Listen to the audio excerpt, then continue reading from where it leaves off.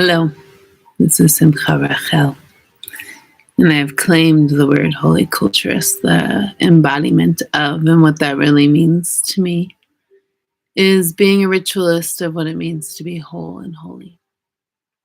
And the point of the intention of this live is to begin the conversation to invite you to on Sunday, with the distinction, the essence, the metaphors, the essence, the distinctions that I'm bringing forward is coming from a weave of a bunch of things I've been studying and practicing in my life as I claim to be a student and a teacher of life.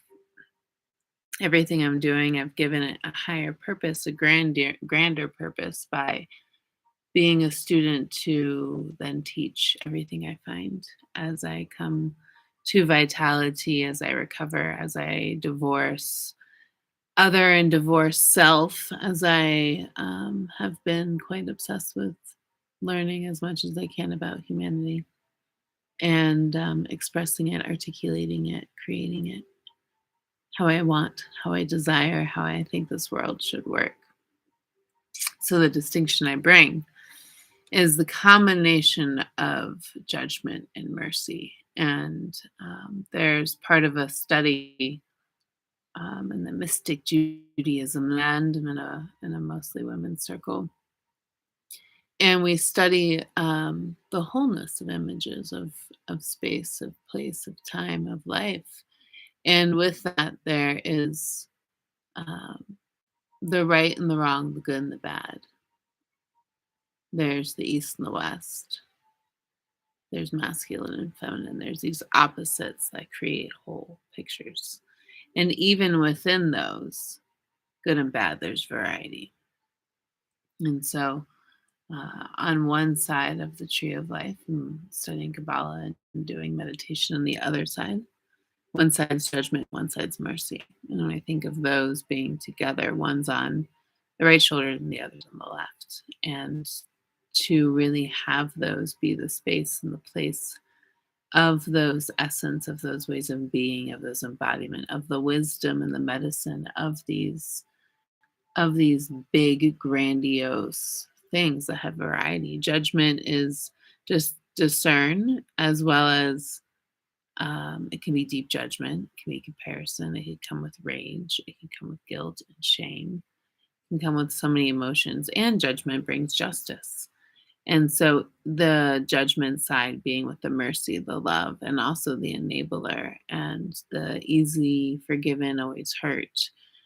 Those who trust too easily. Like there's so many things to mercy that also can be seen in the shadow that causes trauma.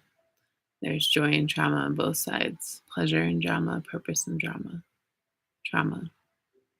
It's funny how those words change. And so to bring in an experience of getting to the middle point of that, where judgment and mercy meet, that is the tension point. And for us to be there is to be neutral on both sides. And that is where we can see the wholeness of the picture to then choose. In the tree of life, the middle dyad is your mouth, and that's where our actions come to life. So in judgment and mercy between the two is where we choose. So the distinction, the experience, and also what we'll be picking apart, because I want it's an interactive experience, this to be a conversation, this to be me guiding and holding and providing an experience to then open up the space to allow for your wisdom to come forward.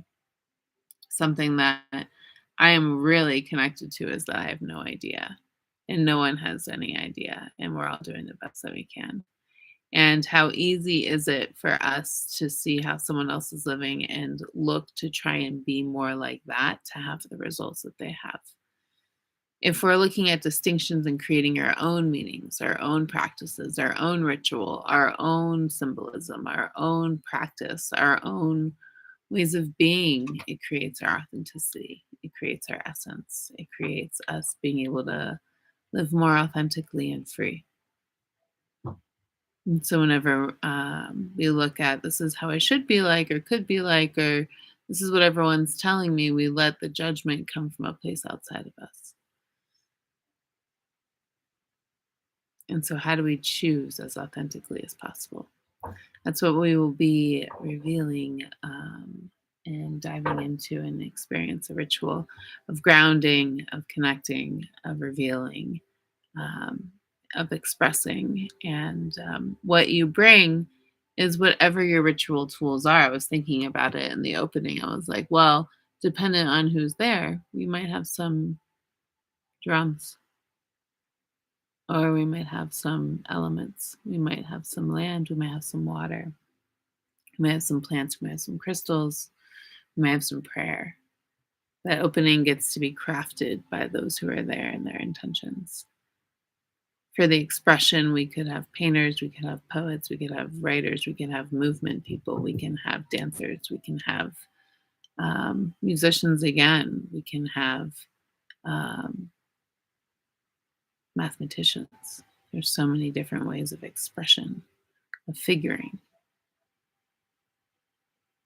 And so, what I ask for you to bring is all of you as a student. Like, if you were here to study it yourself, judgment, mercy, and choice.